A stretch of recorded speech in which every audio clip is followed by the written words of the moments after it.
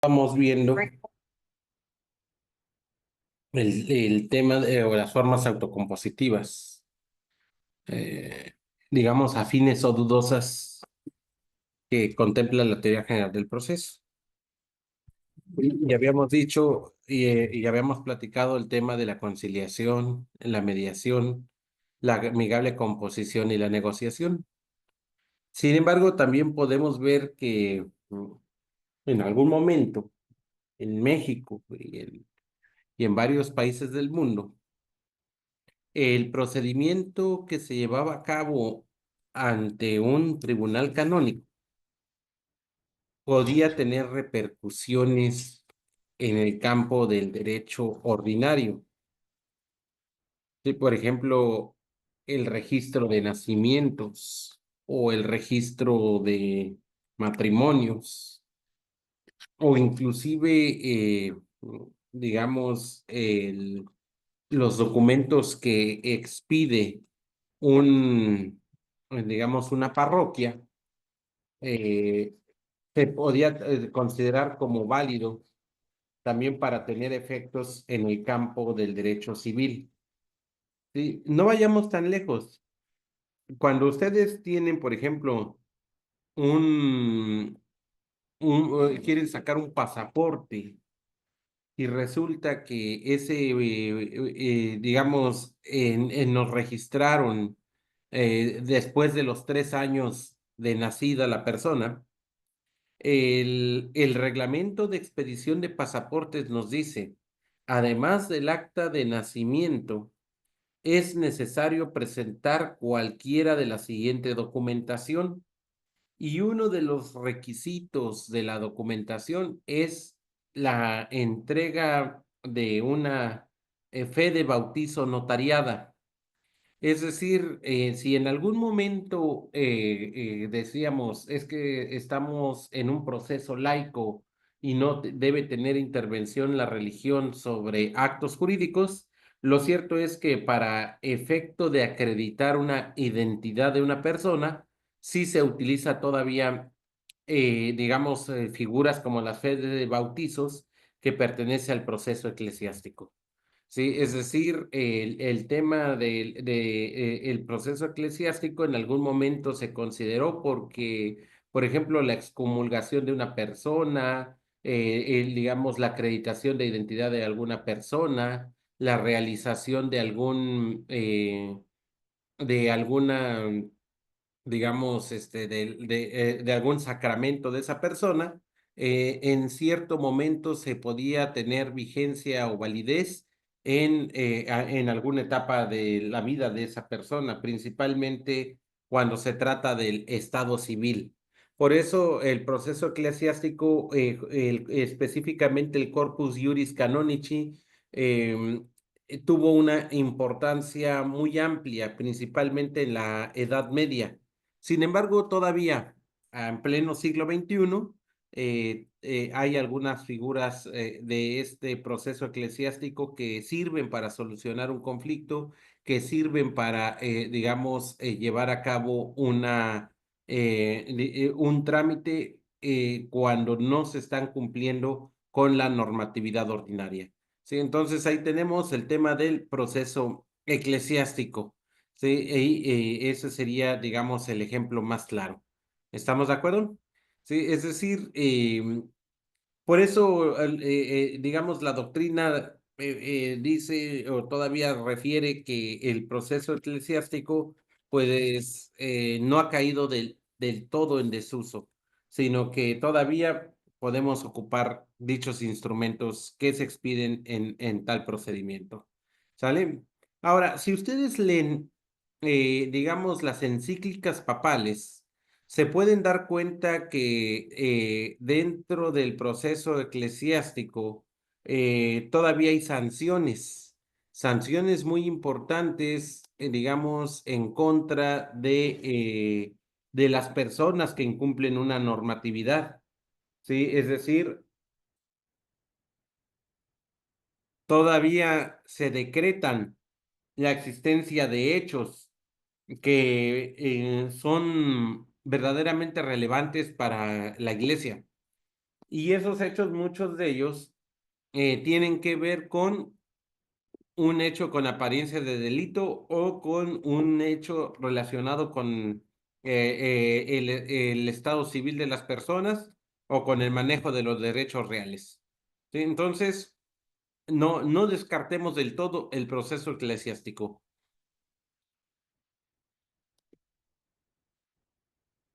De hecho, em, existe una rama del derecho que se llama derecho canónico.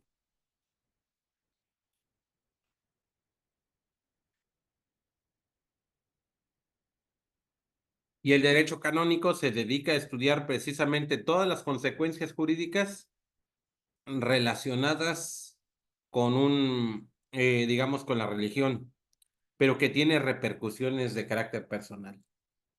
Sí, o sea, por ejemplo, digo, a lo mejor a nosotros no nos contratan, pero sí es posible que nosotros podamos asesorar en algún momento una persona que quiere anular su matrimonio por la iglesia, por ejemplo. ¿Sí? Entonces hay un procedimiento y hay normas. Y esas normas, pues evidentemente las estudia un abogado. Y pues un abogado como nosotros, pues debe conocer que existen esas normas. ¿Sí? Y a lo mejor nos queremos dedicar a ver ese tema normativo. O, por ejemplo, también dentro del derecho canónico se estudian las estructuras de las iglesias. Ustedes saben que las iglesias tienen restricciones en la Constitución mexicana. Y también en el tema del artículo 23 de de la Convención Americana de Derechos Humanos, donde se refiere la libertad del culto, tiene ciertas restricciones que el Estado mexicano ha impuesto. Entonces, es decir, tiene una importancia muy alta el poder estudiar estas situaciones. De hecho, hay una ley de asociaciones religiosas y hay una Dirección General de Asociaciones Religiosas que están adscritos a la Secretaría de Gobernación, en donde podemos entrar, por ejemplo, a la Ley Orgánica de la Administración Pública Federal, al reglamento de la Secretaría de Gobernación y a la ley como tal. Y esta ley de asociaciones religiosas, digamos, se encarga de la organización, el planteamiento y las consecuencias que deba tener una iglesia. ¿Sí? Es decir, el derecho canónico y el derecho de las asociaciones religiosas, pues es muy importante porque tiene que ver también con la cuestión de la propiedad. ¿Estamos de acuerdo? ¿Cómo ven? Entonces, por eso el tema del proceso eclesiástico y el tema del derecho canónico es bastante amplio. Y claro, tienen influencia política aun cuando no puedan participar en la política los líderes religiosos. Ustedes pueden ver en fuentes abiertas que existen algunos líderes religiosos que están muy cercanos al gobierno federal. Y estos líderes religiosos tienen una influencia muy importante, digamos, sobre la población, pero también sobre las decisiones gubernamentales. ¿Vale? Entonces, ahí tenemos ese tema de como otra figura autocompositiva relacionada con el proceso eclesiástico propiamente. ¿Alguna duda hasta aquí? ¿Sí se va entendiendo esta parte? Sí, un poco, maestro. Yo estuve leyendo la otra vez sobre el Yunque, que era una como organización que también estaba relacionada con el PAN. No sé si la conozca. A ver, platícanos. Bueno, ya no tengo muy fresca esa lectura, ya tiene mucho que lo vi, pero vi que tenían relación con, bueno, evitando nombres con varios del PAN, del PRI, y era una como organización, no recuerdo si católica o cristiana, la verdad, pero tenían mucha influencia aquí en el sur de México, en Quintana Roo y por estas partes. Y bueno, la agenda que promovían era las derechas del el PAN y el PRI. Así es. Y, y y bueno, el catolicismo en masa. Sí, de hecho, ellos son férreos opositores al tema del aborto, de la eutanasia, y Sí, han creado muchos movimientos sociales para efecto de que no se legisle sobre esas materias. Incluso han logrado que muchos estados no legislen. Ahorita, por ejemplo, Sonora no quiere legislar sobre el tema de aborto, precisamente atendiendo a este tipo de asociaciones de carácter religioso, porque paralizan el país, o sea, tienen una influencia muy importante.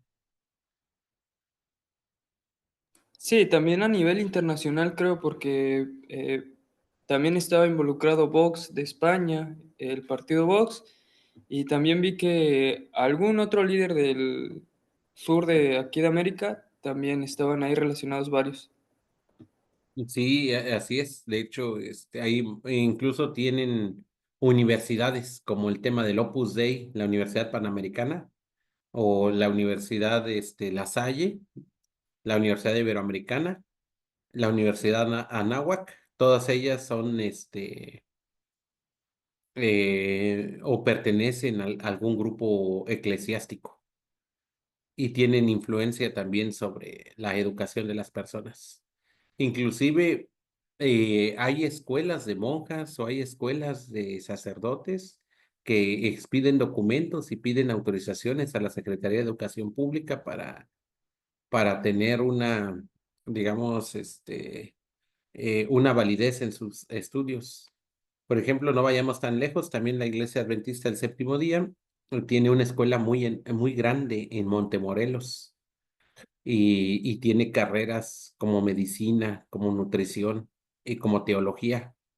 Entonces, la religión está muy inmersa en la vida cotidiana, tanto política, como dice Kevin, como académica, como lo estamos poniendo como ejemplo, y también mueve masas sociales. O sea, sí nos paralizan un país si realizamos digamos, algún atentado eh, político en contra de alguna de estas asociaciones. ¿Sí estamos de acuerdo? Sí, Entonces, ¿ellos solucionan conflictos en el núcleo social? La respuesta es sí. O sea, decir que no se solucionan conflictos sería como no ver una parte de la realidad en nuestro derecho. más bien influyen, ¿no, profesor? Porque puede ser para bien o para mal, ¿no? Porque Sí, claro. pueden estar llenos de, o al menos creo yo que hay mucho sesgo dentro de estos grupos. Es pura Sí, ideología. claro. Hay gente que es muy radical, muy apasionada para el tema religioso y busca la solución con ese tema. O, por ejemplo, todavía hay líderes de opinión en los pueblos que regularmente son los sacerdotes y ellos llevan acuerdos de mediación o de conciliación. Entonces, el sacerdote es el que escuchan, digamos, los pobladores para solucionar un conflicto. ¿Sí? Entonces, el sacerdote o el pastor tiene, eh, tiene un liderazgo de opinión. Y como dice Kevin, hay algunos que son sesgos confirmatorios hacia una de las partes, pero siempre va a haber esa influencia. ¿Estamos de acuerdo? Bien, ahora vamos al tema del proceso extranjero. Fíjense que en el proceso extranjero también eh, vamos a suponer que nuestro compañero Elkin se casara con una mexicana y tuviese, digamos, ahí su familia, él como colombiano. Entonces, y después se pelean, se divorcian y pues él quiere visitas y convivencias respecto de sus niños y niñas. ¿Sí? Pero pues él dice, yo no me tengo por qué someter a la jurisdicción mexicana. Yo voy a ir al tribunal de Cúcuta para que se inicie el procedimiento, se dicten medidas provisionales y eventualmente una sentencia definitiva. Pero como el Estado mexicano es parte de instrumentos internacionales como el tema de controversias familiares o el régimen de, digamos, de convivencia internacional, el Estado mexicano tiene que dar cumplimiento a una decisión de un tribunal local de Colombia. Entonces, el Estado mexicano no puede, digamos, decir, ah, no, pues yo no me voy a someter a la jurisdicción de Colombia. O a la inversa, el Estado colombiano no puede decir, es que yo no me puedo someter a la jurisdicción mexicana, sino tienen que darse asistencia jurídica internacional de manera mutua. Sí, y además se tienen que realizar el tema de las notificaciones internacionales de manera mutua. Y además tienen que facilitar, digamos, los actos procesales de manera mutua. Sí, inclusive, no solamente con el Código Nacional de Procedimientos Civiles y Familiares, sino también con tratados internacionales en la materia. También, por ejemplo, en temas de adopción internacional. Sí, yo creo que el caso más polémico que hubo en el tema del proceso extranjero, no sé si ustedes se acordarán, o si no, búsquenlo en fuentes abiertas, el caso de Arturo Montiel, exgobernador del Estado de México, que se peleó con su esposa por la custodia de sus niños. La esposa se divorció de Arturo Montiel y se fue a Francia, de donde ella es originaria, y se llevó a sus niños. Entonces, en cierta ocasión, cuando los niños vinieron a convivir con su padre, resulta que el Tribunal Superior de Justicia del Estado de México decretó medidas provisionales para privarle digamos, de la custodia de los niños a la madre y entregárselos al padre.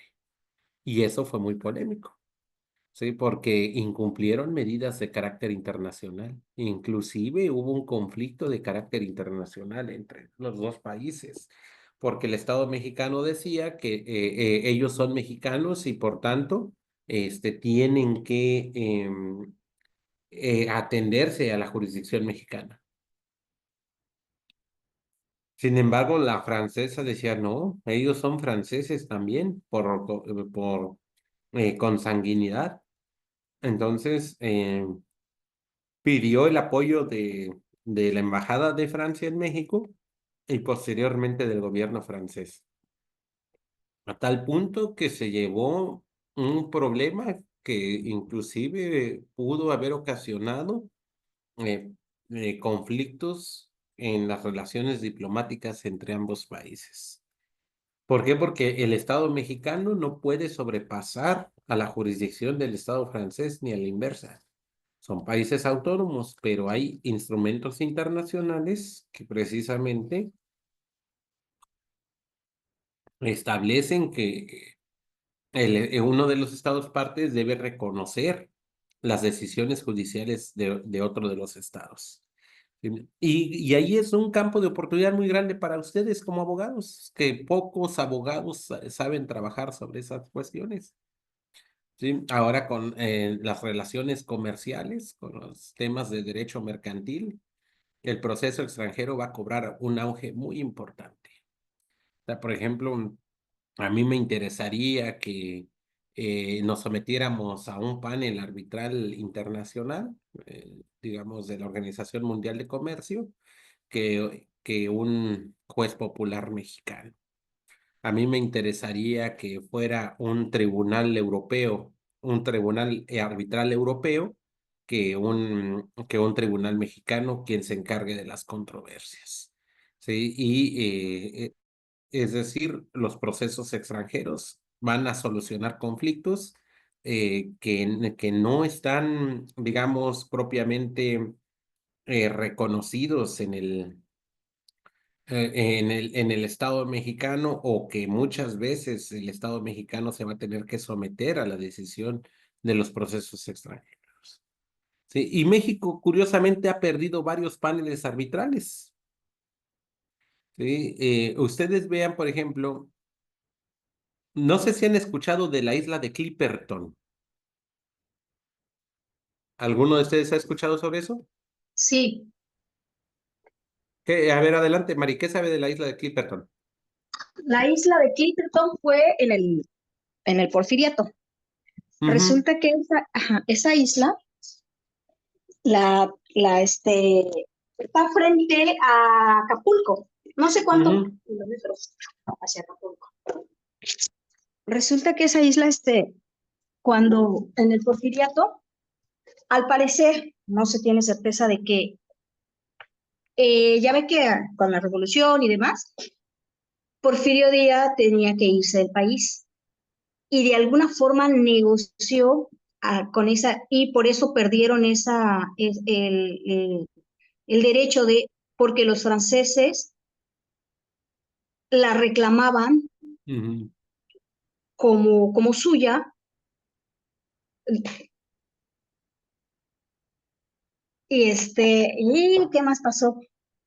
Incluso hay Y una al base final, militar francesa ahorita, ahí. ajá, sí, pero lo que pasa que es que según creían que la isla de Clipperton era pues una mina de oro, ¿no? Pero por el guano que había de las aves. Y según la iban de hecho hasta Francia, Estados Unidos, estuvieron, pues intentaron comercializar, pero al final se dieron cuenta que no era de muy buena calidad y al final ya no hicieron nada, dejaron todo tirado, pero ahí se murieron muchas personas porque las dejaron abandonadas, porque antes de la revolución estaban ahí cuidándolas y al final del día, con el tema de la revolución y todo, dejaron de, mandarles provisiones Ujú, y se murieron y solamente lo único que había ahí era pues coco y murieron de escorbuto, algo así, ¿cómo se llama eso? ujú. Sí. Ajá. Y fueron como 16 personas las que se quedaron ahí.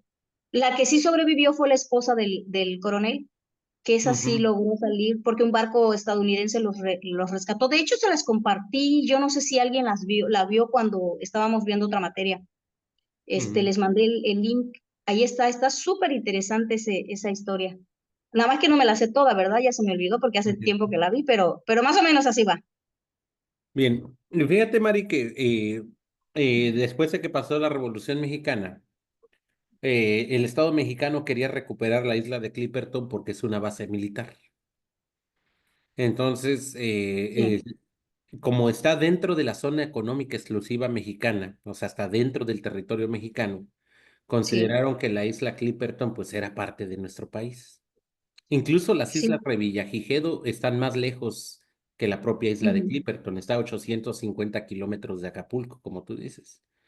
sí. Pero resulta que sometieron ese conflicto para recuperar la isla a un panel arbitral internacional. Italia, ¿no? Exactamente. Entonces, pues resulta que después de llevar a cabo el tema del litigio, fallan a favor de de los franceses. Y actualmente la isla de Clipperton es una base militar francés. Sí, pero según por lo que vi, dice, es que sí, de Ujú. alguna manera Porfirio Díaz negoció Sí, él negoció, digamos, la cesión de ¿cómo? esa isla. Sí, pero ¿cómo se llama cuando te exilia? Su exilio en Ujú, Francia. Ya ves que se fue a Francia con ujú, el tema de la revolución, salió corriendo ujú. y bueno, dijo, bueno, ya, porque mire, nunca Francia puso un pie en esa isla. Los que estuvieron No. viviendo fueron los mexicanos. Ujú, Y dices, ¿cómo tú reclamas algo que nunca lo ocupaste, ¿no? ujú. Entonces, y esto perteneció en el tiempo de la corona española, así que por ende tenía que ser sí o sí de México, ¿no? Sí, Y era claro. más que obvio, pero entonces sí hay una arbitrariedad ahí. Ahí es donde usted quería explicarnos, ¿no? ¿Qué sucede con esos temas arbitrales a nivel internacional? Ujú. Donde Entonces, México perdió. ¿por qué fallaron a favor de Francia? Si México ya la había ocupado y hasta murieron gente por esa isla Exactamente. que ni valía la pena porque pues, realmente es un atolón que no tiene mayor. Solamente, pues le decía, según le decía de lo del guano de las aves, pero Ujú. pues no fue negocio eso. No, nada más por la ubicación privilegiada para estrategias militares. En la Segunda Guerra Mundial sí fue privilegiado para los franceses y ha sido básicamente eso, pero propiamente habitable no lo es. No, Sí, pero pues esa isla ha generado muchos problemas para el Estado mexicano y está dentro del territorio mexicano. sí. Pero exactamente, jurídicamente, ¿qué fue lo que pasó? ¿Qué hicieron? ¿Qué leyes aplicaron o no aplicaron para que no Sí, pudiese ser? ¿O se puede reclamar todavía? no, ya no. Ya no. No hay ningún recurso legal que se pueda. No. Y por eso, cuidado con los paneles arbitrales, compañeros, porque cuando uno se somete a un arbitraje, no hay medio de defensa, renuncia uno a la impugnación. Todo lo que resuelve el árbitro, eso es. Mm, ¿Por qué creen ustedes que los empresarios internacionales que tienen, digamos, inversiones en México, no les preocupa, digamos, el tema de la reforma judicial? Digo, lo sugieren, lo plantean, pero no se han pronunciado más por una sencilla razón, de que ellos deciden las controversias a través de estos arbitrajes y los tribunales mexicanos solamente están obligados a ejecutarlos. Y va a haber repercusiones muy graves. Ahora, si el tribunal mexicano se niega a ejecutarlos, entonces hay una consecuencia grave para el Estado mexicano. ¿Sí? Otro de los paneles arbitrales que perdió México fue el tema del agua contra Estados Unidos, y eso fue apenas hace unos años. El Estado mexicano está obligado a darle determinada cantidad de agua a los estadounidenses por un tratado internacional. Búsquenlo ustedes en fuentes abiertas. ¿En qué administración fue eso? Perdónenme. En la Con administración de Fox. Fox. Uy, Dios. Chiapas está Sí, invadido, ¿no? así Por es. las Sí, pero por ejemplo el río Coca-Cola. Nazas, que era un río interno que estaba en la comarca lagunera, ya no existe, precisamente porque toda el agua del río Nazas se tiene que ir a la Unión Americana por un tratado que firmaron hace muchos años entre México y Estados Unidos, y luego resulta que se generó conflicto porque dijeron que que México ya no debía mandar el agua porque lo necesita digamos, la población mexicana, Monterrey y todas esas zonas, y no, lo sometieron a panel arbitral y México volvió a perder. ¿Qué les parece? Pero ¿por qué? Porque se comprometieron a entregar determinadas cantidades, determinados litros cúbicos de agua para efecto de no tener problemas de invasionistas y tener un intercambio comercial fluido entre México y Estados Unidos, entre México y Texas. Recordarán que Texas en algún momento fue país pues resulta que la Unión Americana apoyó ese tratado y Texas no tiene agua, sino que el agua de Texas viene de la comarca lagunera. ¿Qué les parece? la- Entonces, pues el Estado mexicano está sometido ahí por paneles arbitrales. Y esos sí son conflictos en serio. Sí, son conflictos que trascienden en el ámbito internacional. ¿Cómo está compuesto un panel? ¿Perdón? ¿Cómo está compuesto el panel internacional? Gracias, Vicente. Por árbitros. Los árbitros lo pone dependiendo la naturaleza de la materia. Pero en este caso, el Estado mexicano, al firmar el contrato y reconocer el procedimiento arbitral, puede elegir ya sea un tribunal de arbitraje o en su caso puede elegir que se designen árbitros neutros. Mm. Gracias, maestro. ¿Estamos de acuerdo? Ahora, bueno, ese es uno de los temas muy controvertidos que hay actualmente, porque, por ejemplo, resulta que el agua mexicana, pues no es mexicana, la tenemos que compartir con la Unión Americana.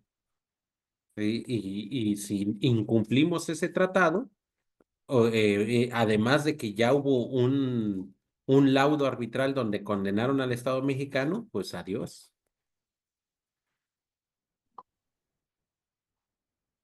Ahora, ustedes se acordarán. A lo mejor ustedes no porque están muy jóvenes, pero los que estamos más viejitos sí. En el año 2009 Hubo un derrame petrolero enorme en el Golfo de México por British Petroleum. Búsquenlo en fuentes abiertas. Y resulta que British Petroleum derramó combustible en el lado de la Unión Americana, pero contaminó todas las playas de Tamaulipas, Veracruz y llegó hasta Campeche y Tabasco la contaminación. Y afectaron a cientos de miles de pescadores. ¿Estamos de acuerdo? Entonces, ese procedimiento se llevó a través de una mediación internacional, donde estuvo presente la Secretaría de Relaciones Exteriores mexicana. British Petroleum tuvo que indemnizar y al Estado mexicano los indemnizó con 24 millones de dólares. Y a los pescadores norteamericanos los indemnizó con miles de millones de dólares, con 1.800 millones de dólares. ¿Qué fue lo que pasó ahí? Que el Estado mexicano se sometió en un primer momento y no negoció la indemnización a favor de los pescadores, sino que el dinero que recibió el Estado mexicano se lo quedó la Semarnat con agua y Secretaría de Marina, por lo que gastaron para la limpieza del Golfo de México. Pero todos los pescadores que fueron dañados colateralmente, ellos no recibieron un solo centavo de esos 24 millones de dólares. ¿Qué les parece? Ahí los 24 millones de dólares, ¿quién los proporcionó? ¿La empresa? La empresa British Petroleum, Mm. que por Y cierto, hacia los British estados. Petroleum vende combustible en México. Ustedes vean, es una gasolinera de color verde que tiene la B y la P, BP. Búsquenlo ustedes, British Petroleum. Y sí, como dices, Kevin, en un proceso extranjero que se llevó a cabo en una corte de Mississippi, el Estado mexicano negoció esa indemnización. Y los pescadores norteamericanos, ¿no? Ellos sí negociaron bien, porque incluso querían que British Petroleum se disolviera por el daño tan grave que ocasionó el derrame petrolero. Y British Petroleum tuvo que liquidar a todos los pescadores norteamericanos con cantidades estratosféricas. En cambio, el Estado mexicano se retiró solamente con 24 millones de dólares. ¿Qué les parece? Les faltó un buen árbitro, ¿no? Un buen Sí, abogado, conocedor de derecho internacional. exactamente. Por eso ahí Todavía, es el campo de oportunidad para los abogados, ¿eh? O sea, por eso cuando yo veo todavía usted no que era tenemos abogado, con la reforma, doctor, pues es un todavía. pequeñito tema. Estos son temas de abogados de alto nivel. ¿Cómo ven? ¿Usted ha llevado un juicio de corte internacional? No, No. no, he asesorado para temas de extradiciones y para temas, digamos, de conflictos internacionales, por ejemplo, de unos venezolanos en España, etcétera, o sea, pero muy leves, donde quizá cobramos 5,000, 7,000 dólares por la pura asesoría, pero nada más. Pero si ustedes se meten en esta rama, es muy interesante, ¿eh? ¿Qué tanto necesitas estudiar sobre eso? Pues básicamente tener conocimiento de idiomas y meterse a ver los paneles arbitrales y ver qué tanta relación con el comercio internacional o con instrumentos internacionales en temas arbitrales. Principalmente, sí hay abogados mexicanos que se dedican a eso, pero la mayoría son egresados del ITAM o del TEC de Monterrey. Pero nosotros podemos buscar, ¿eh? O sea, no es tan complicado. Es un área todavía muy, muy elitista, pero si ustedes empiezan a meterse a gran escala sobre esta área, como, digamos, certificarse como árbitros, tomar cursos de mediación y arbitraje, conocer cuáles son las cláusulas compromisorias, el compromiso arbitral, el tema de los instrumentos internacionales de derecho privado, de derecho comercial, las relaciones comerciales electrónicas, la fedatación pública internacional, digamos los instrumentos como el tema de digamos, del convenio de La Haya sobre apostillamiento y reconocimiento de documentos internacionales y traductores internacionales.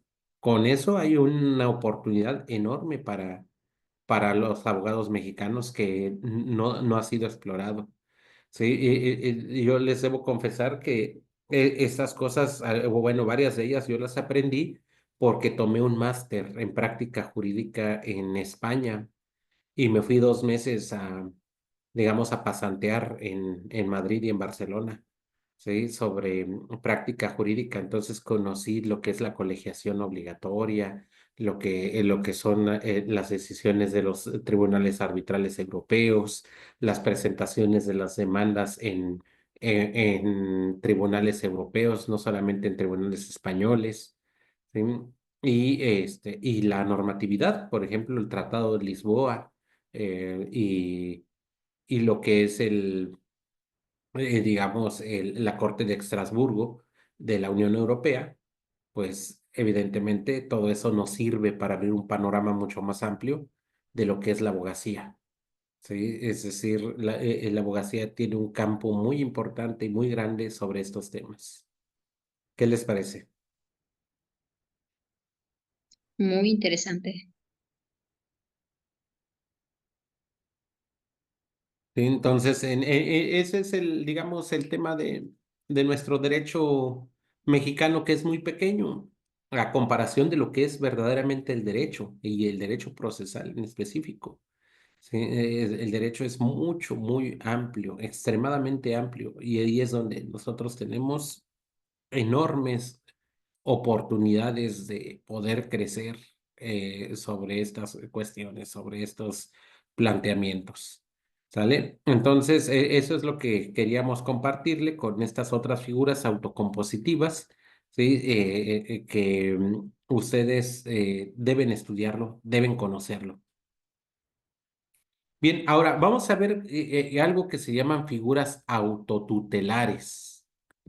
Y eso lo van a anotar ahí. Ahorita me quedé sin PowerPoint porque no pagué mi licencia. Entonces, pero ustedes me van a ayudar.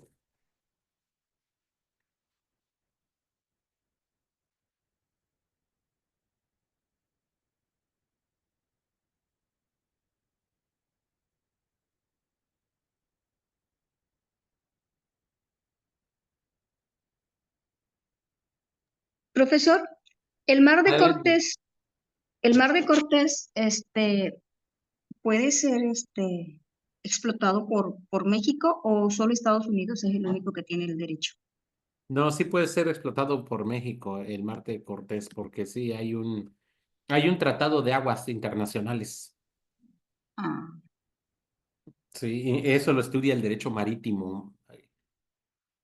ah, ok. Y hay procedimientos dentro del derecho marítimo también. Incluso el espacio aéreo también tiene sus propios instrumentos internacionales. Ya ven que ahorita no quieren pasar y no pueden pasar por el espacio aéreo ruso por el conflicto que hay con Ucrania. Entonces, los aviones están batallando porque están dando más vuelta para pasar de un país a otro. Sí, tienen que dar una vuelta enorme. Entonces, ¿por qué? Porque Rusia rompió relaciones y no deja que pasen los aviones comerciales en su espacio aéreo internacional. ¿Sale? Empezó con Estados Entonces, Unidos, ¿no? ¿O es sí. general? No, ahorita con Estados Unidos y con toda la Unión Europea. Entonces, no hay vuelos directos de Sí, Estados Unidos o de también Europa. por lo de... Sí, entonces, si queremos ir a Rusia, tiene que ser por Asia o por Estambul. Sí, así solito no podemos llegar a no podemos llegar a Rusia.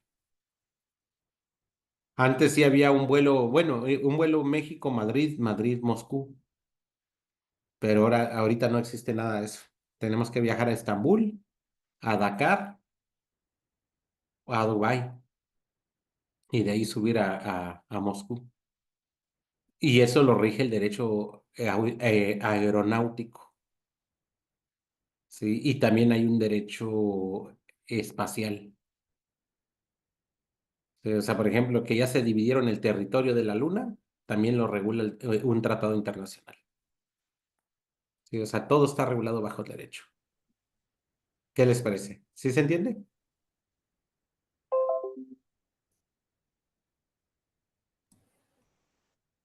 Sí. Sí, Bien.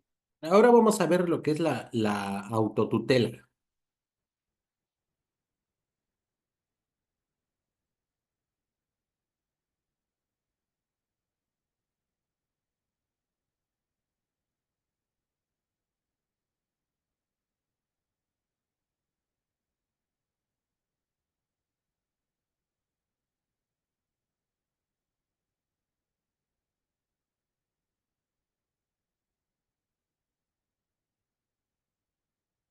En la autotutela consiste en que una de las partes del conflicto, o sea, en este caso el ofendido, infiere el mismo daño que a la otra. Sí, por ejemplo, antes lo que considerábamos la ley del talión. Ahorita les voy a poner un ejemplo. Vamos a ver el TikTok. A ver si, a ver si sale ahí un ejemplo que acabo de ver hace ratito. Estaba viendo el TikTok.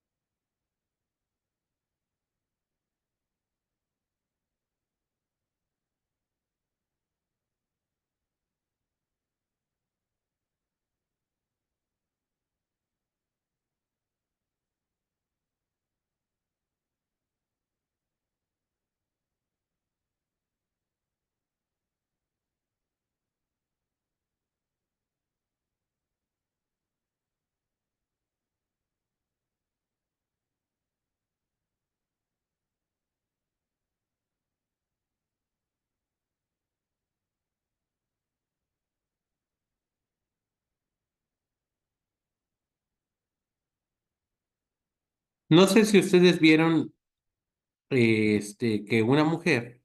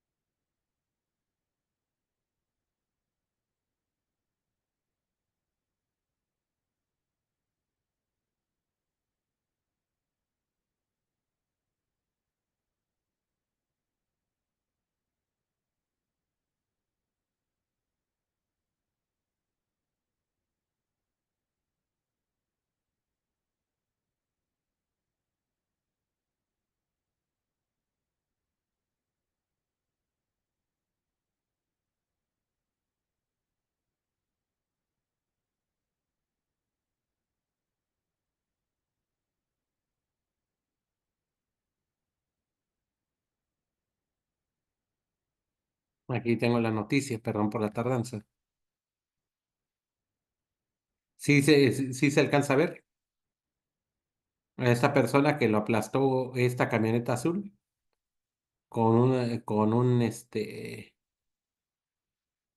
con un vehículo de transporte público. Sí se ve. ¿Sí? Esto búsquenlo ahí Apenas sucedió esta semana, ¿no? De Exactamente. la mujer que iba a ser asaltada. Ajá. Esa es una Ujú. forma autotutelar de solución de un conflicto. ¿Cómo se soluciona el conflicto? Cuando una de las partes impone la voluntad sobre otra. ¿Cómo lo defenderíamos a esta muchacha?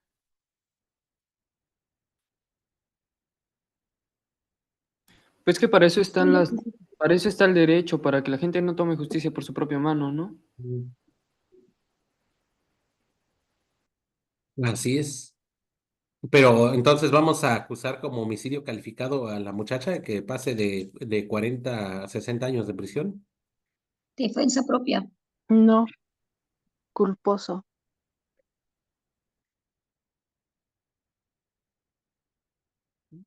Culposo infringiendo deber objetivo de cuidado o defensa propia con la intención de matar.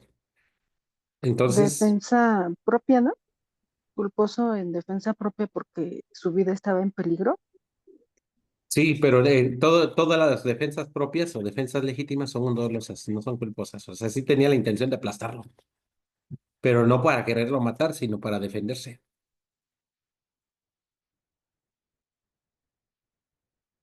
Y el otro canijo se alcanzó a escapar.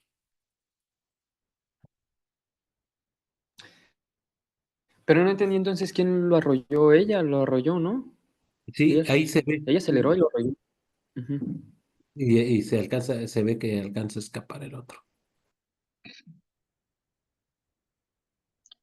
En este momento, ¿cuál es su situación jurídica, Lick? ¿Ella está detenida todavía, por Mm, decirlo así? Creo que sí, sigue detenida. O sea, legalmente, o sea, sí porque cometió un delito, ¿no? Y Sí, o no, sea, no se resuelve en un día. sí.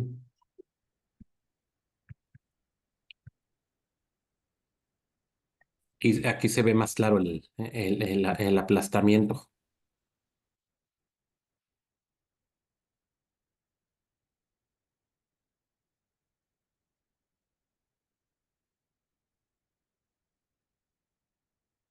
Vamos a ver qué dice. El miércoles ocurrió el hecho.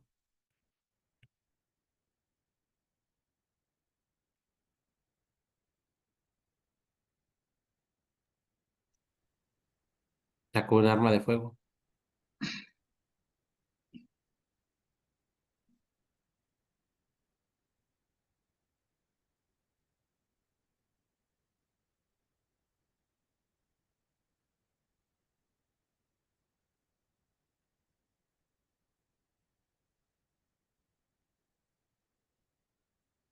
Y detuvieron a la conductora y también al de la unidad de transporte público. Fueron presentados ante el MP para deslindar responsabilidades.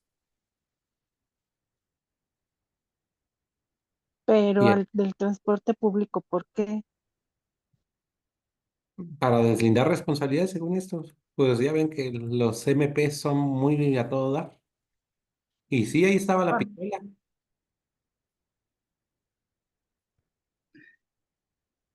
Era un revólver. pues, Y luego nada y el más por un celular, ¿no? Seguramente. Ujú.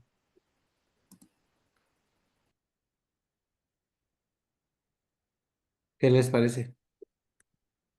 Triste. Mm. Entonces, ¿cómo vamos a definir entonces la autotutela? La autotutela lo vamos a definir como en que una de las partes del conflicto, que en este caso es el ofendido, infiere el mismo daño a la otra parte. El agraviado por su cuenta toma la solución del conflicto. Ahora, la defensa legítima es una forma autotutelar, pero no es la única.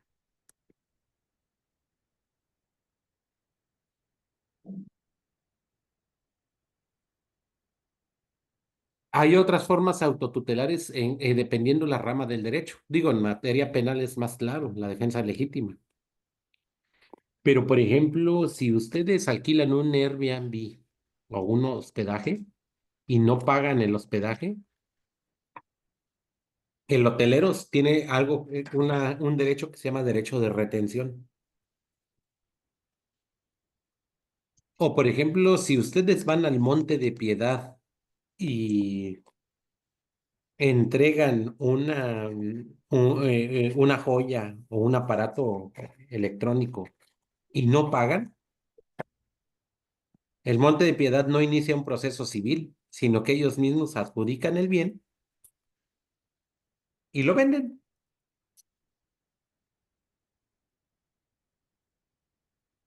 Y eso se llama derecho prendario. Y esas son formas autotutelares. O sea, las casas de empeño no le van a pedir permiso al ciudadano para vender su objeto. Simplemente va uno, no paga en el tiempo que marcan, nos dan una prórroga y ya después pasa,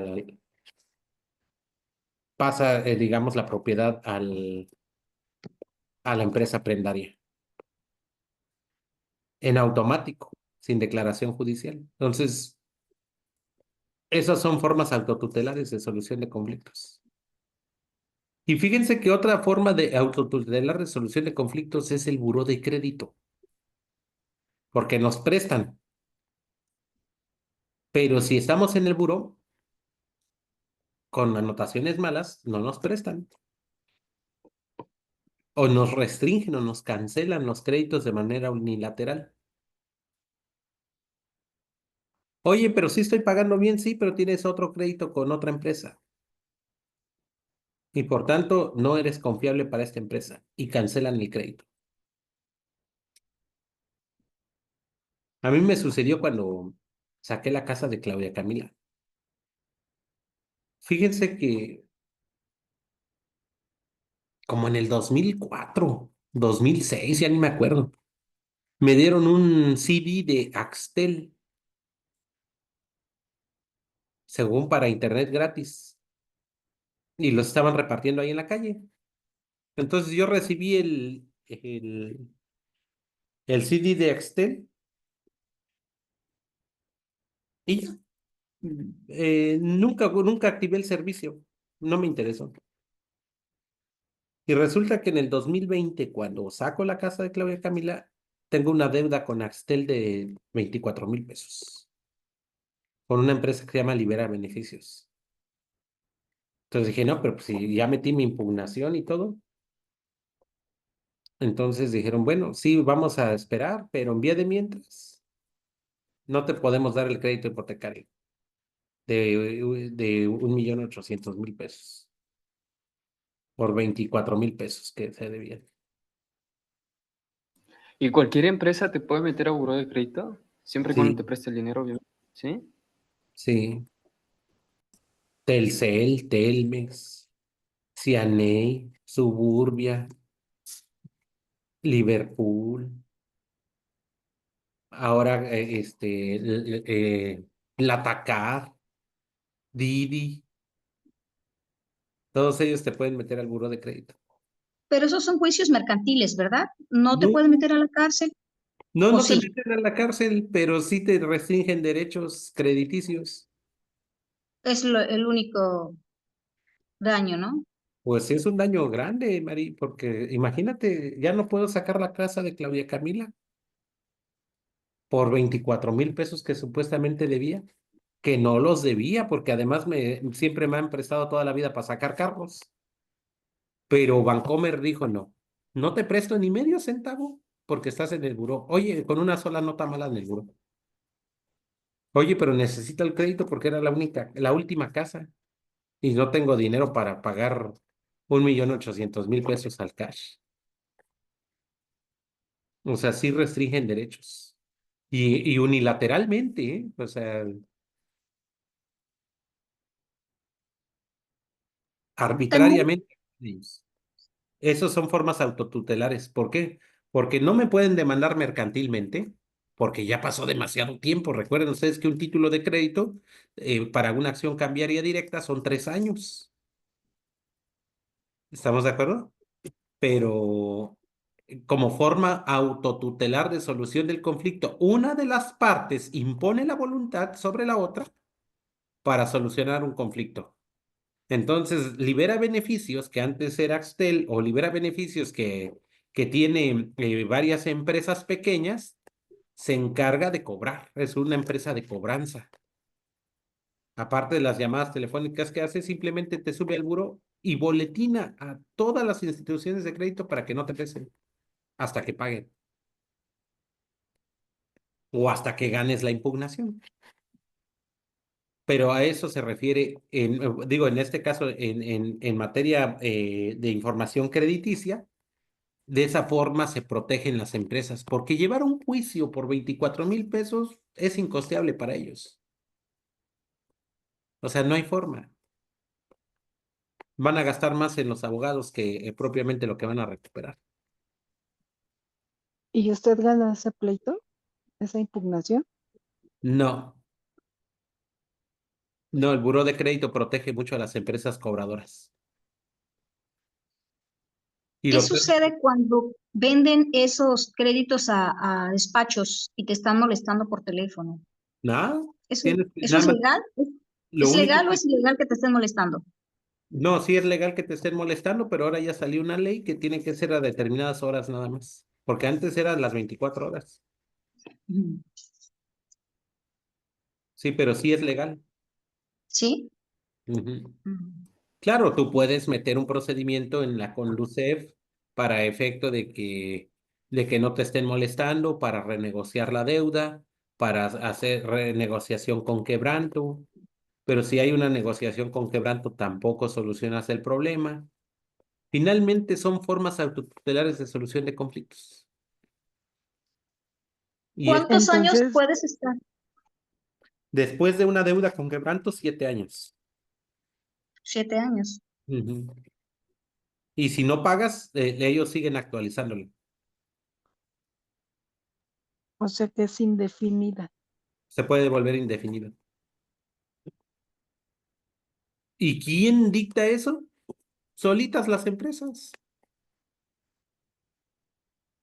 Incluso ya han salido criterios jurisprudenciales donde dice que los actos realizados por los bancos no admiten amparo, porque no son actos de autoridad, son actos entre particulares. ¿Cómo ven? Son formas autotutelares de solución de conflictos. ¿Por qué? Porque la voluntad de una de las partes se impone sobre la otra. O sea, no hay forma de negociarlas. Ahí lo único que pude negociar es de que me bajaran rápido del buró para que no cancelaran el crédito hipotecario de Camilita, pero se tuvo que pagar el dinero. O en su caso, meterse un pleito legal. Ya ustedes Entonces terminó pagando terminamos pagando.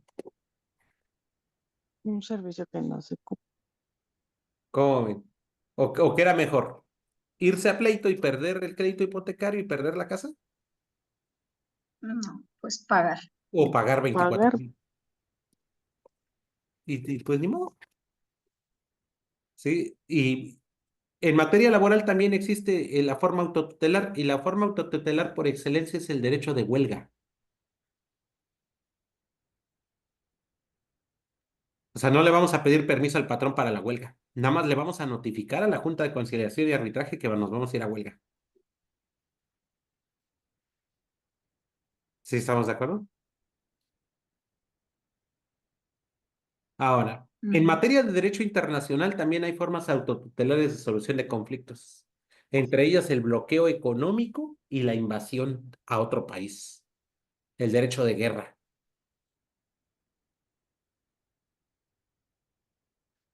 O sea, Rusia le declaró la guerra a Ucrania y punto. No le pidió permiso a la ONU.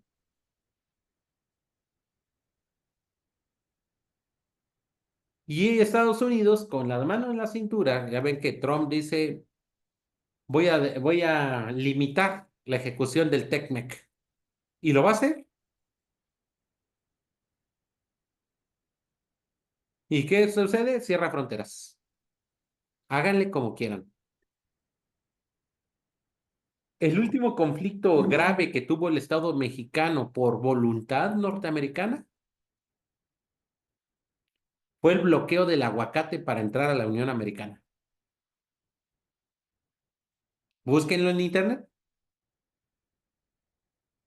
Y lo hicieron de manera autotutelar, o sea, el Ministerio de Agricultura de la Unión Americana dijo, vámonos, no entra un solo aguacate de México para allá. ¿Y qué hizo el Estado mexicano? Se dobló, negoció, abarató costos. ¿Qué fue? ¿Sanción de Estados Unidos? Fue una sanción de Estados Unidos. Búscalo ahí en fuentes abiertas, Kevin. Sí, sí, sí. Y estuvo muchos años, como 3, 4 años, que no entró un solo aguacate mexicano a Estados Unidos. ¿Y a quiénes afectan? Pues a todo Pues a el nosotros. mexicano. Y Es lo ahí, mismo que hicieron con Cuba y Venezuela, ¿no? y Y esas con son Rusia formas también. autotutelares de solución de conflictos, porque ¿qué significa autotutelar? Que una de las partes impone la voluntad sobre otra para resolver un conflicto. Y en ese caso, los Estados Unidos impuso la voluntad, su voluntad, para resolver un conflicto agropecuario con México. Pero ¿por qué Estados Unidos tiene tanto poder? Pues, ¿Cuál es? y nosotros le damos más poder mandando tantos muchachos para allá, Por las armas, por las armas, por la por su economía, brazo militar. por todo. O sea, porque es el Big Gas Ahora, muy mundial. importante, Mari, Estados Unidos no ha reconocido ningún instrumento internacional en materia de derechos humanos. ¿Por qué? Porque no quiere. Es Nadie lo puede obligar. ¿eh? Nadie lo puede obligar. Nadie. Y curiosamente, la Comisión Interamericana de Derechos Humanos está en Nueva York y Estados Unidos le paga a la Comisión Interamericana, pero no tiene la Comisión Interamericana jurisdicción sobre Estados Unidos, sino sobre toda Latinoamérica nada más. Es la que prepara las demandas ante la Corte Interamericana. Los estados latinoamericanos le pagan, digamos, una cuota a la Corte Interamericana para sobrevivir, pero a la Comisión no. Esa la pagan los gringos. Completita. ¿Qué les parece? Entonces, si hay un Mm, incumplimiento normativo internacional, los gringos sí pueden, autotutelarmente hablando, imponer una solución. Porque ellos financian la corte, ¿no? Sí. Salud. salud. La corte la pagamos todos, los latinoamericanos. Es si le damos una cuota pequeña a la Corte Interamericana para que subsista, pero la Comisión Interamericana no. Esa la pagan los estadounidenses. La ONU, que también está ahí en Manhattan, todas las instalaciones de la ONU y los sueldos de la ONU lo paga la Unión Americana. De todo el mundo, ¿eh? La Organización de Estados Americanos, la OEA, todo, digamos, los sueldos de los directivos de la OEA lo pagan los estadounidenses.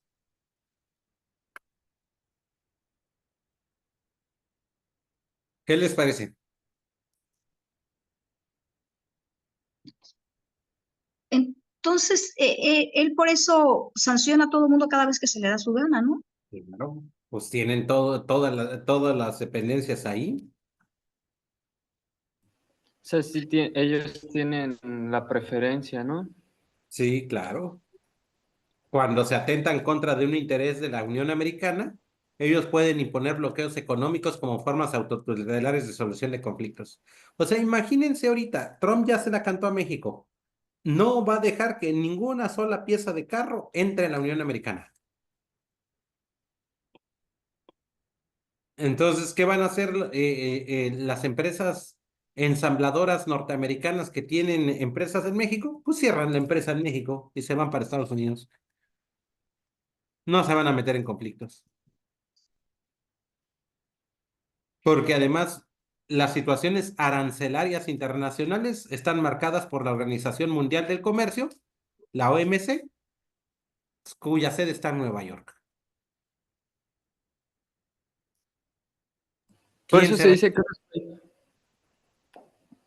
por eso se dice que unos países son más iguales que otros, ¿no? Sí.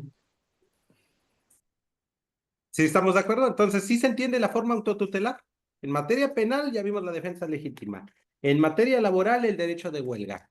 En materia internacional, el bloqueo económico y la guerra. En materia civil, el derecho de retención y el derecho prendario. O sea, en todas las ramas del derecho siempre va a haber formas autotutelares. En derecho mercantil, el intercambio de información crediticia de manera arbitraria. A pesar de que hay una ley de información crediticia, son bien canijos.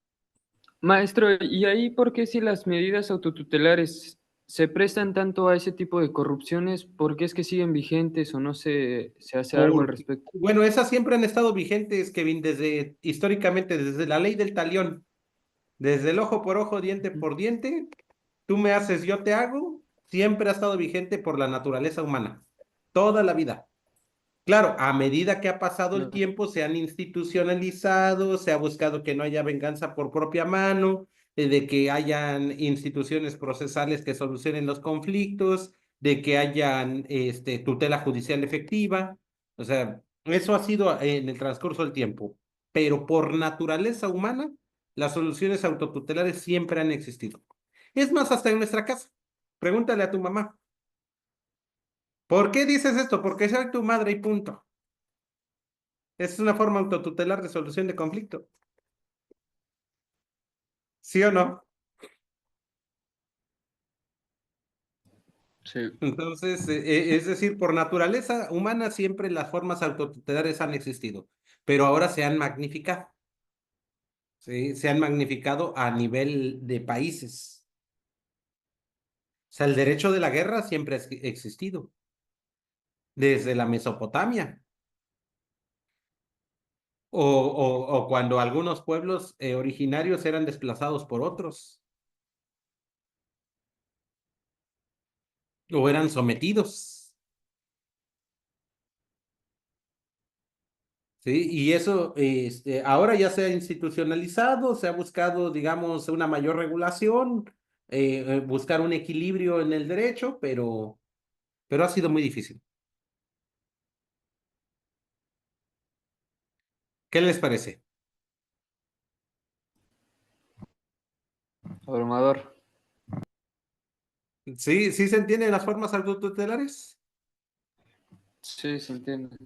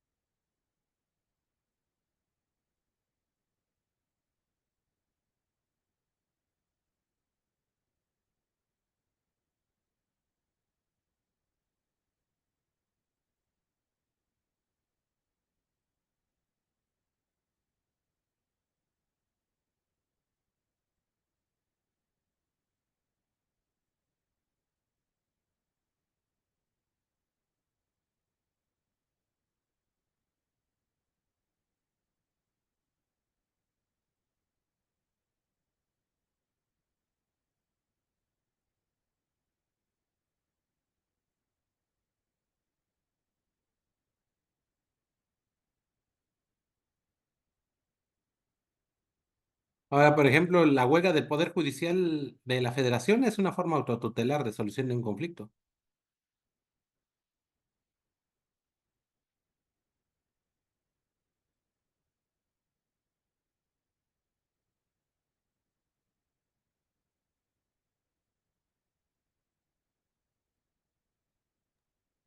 Doctor, ¿Usted qué opina sobre las reformas que se le hicieron al Poder Judicial? ¿Eso es bueno o es malo?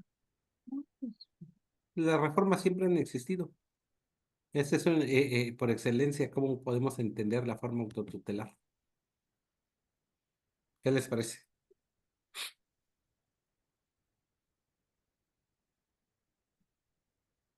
Entonces, son golpeteos políticos. Quieren imponer su voluntad y no es a través de equilibrios o consensos. Y eso viola la estabilidad de una institución. Entonces, ¿no está haciendo lo correcto Andrés Manuel? Bueno, no hizo, pero ya se fue. Sí, yo creo que más bien impuso su voluntad. Y ahorita tratan Sí. de resistir la imposición de esa voluntad.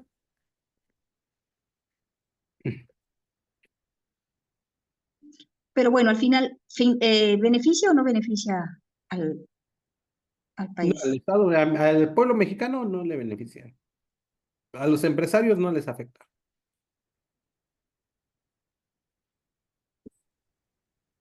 Y aquí lo que importa es el mundo empresarial.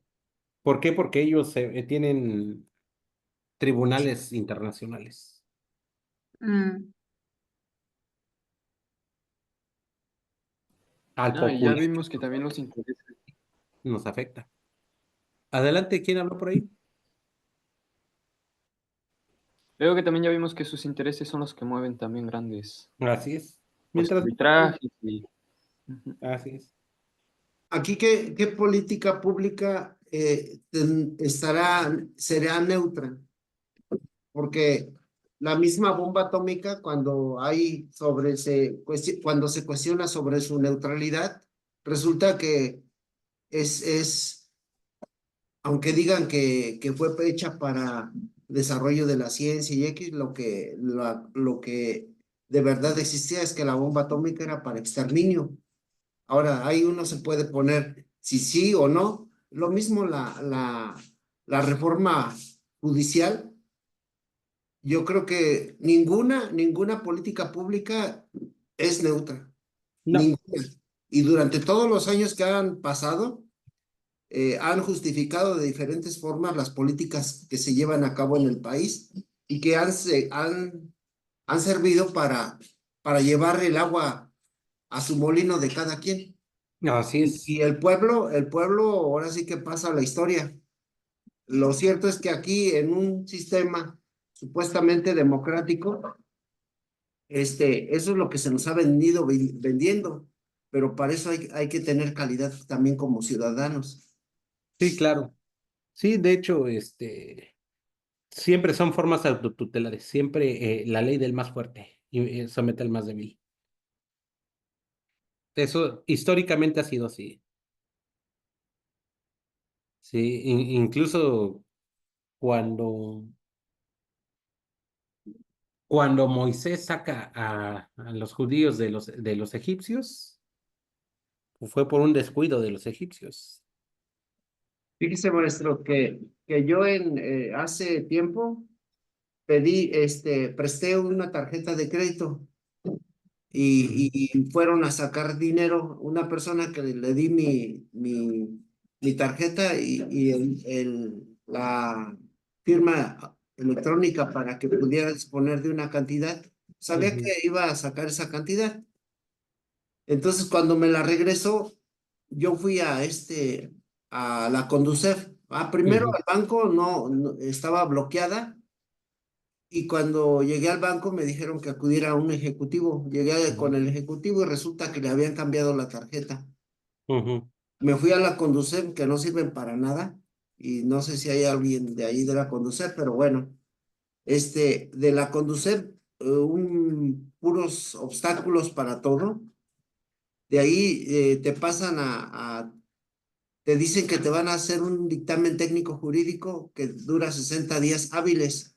Son como 3 meses para que te den alguna solución y después tienes que promover el juicio ante la ante un- Defensoría Pública Federal, ujú. supuestamente para las personas que en apoyo a la ciudadanía y la verdad es que ni eso existía.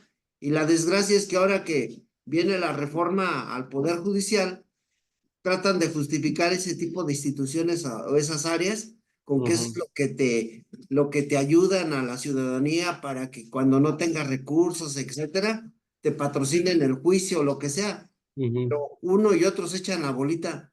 Y la verdad, en México estamos así.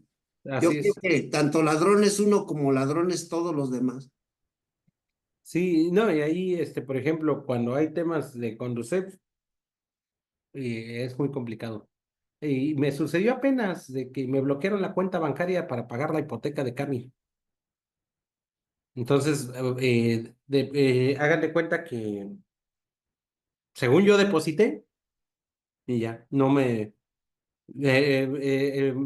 aceptaron el depósito y se acabó.